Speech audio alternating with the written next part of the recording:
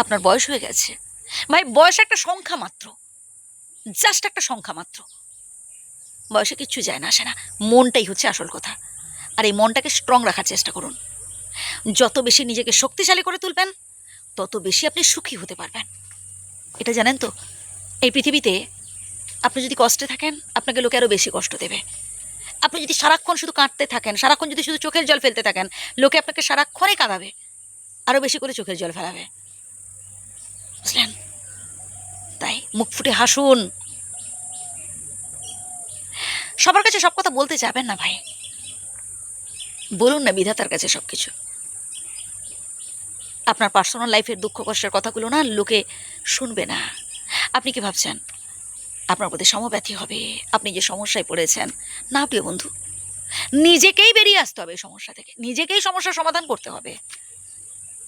জীবনে বাধা বিপত্তি থাকবে, হেরে গেলে চলবে না, হতাশ হলেও চলবে না, আক্ষেপ করলেও চলবে না, স্ট্রং থাকতে হবে, মনটাকে শক্তিশালী করতে হবে।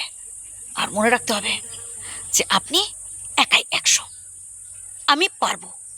এটা মনে রাখতো সবসময়। যতবার কোনো কাজে হেরে যাবেন মনে মনে বলতে থাকুন, আমি পারবো, আরেকবার দেখি তো।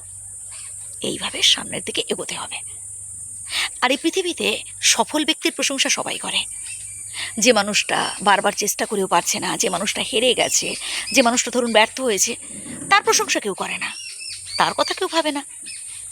ভাবে তো তারই কথা, যে সত্যি কিছু অ্যাচিভ করতে পেরেছে।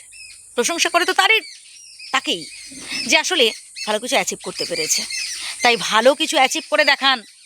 এই পৃথিবীতে সেই মানুষটাকে বসার জন্য লোকে চেয়ার ছেড়ে দেয়, সেই মানুষটাকে লোকে সম্মান দেয় ভাই, যে খুব পাওয়ারফুল। আর পাওয়ারফুল মানে শুধু মুখে বললে হয় না ভাই, সেটা কাজে কর্মে করে দেখাতে হয়। যে কথাগুলো বললাম আবারও প্রথম থেকে শুনুন, উপকৃত হবেন। নিজেকে স্ট্রং রাখুন আর সামনের দিকে এগিয়ে যান।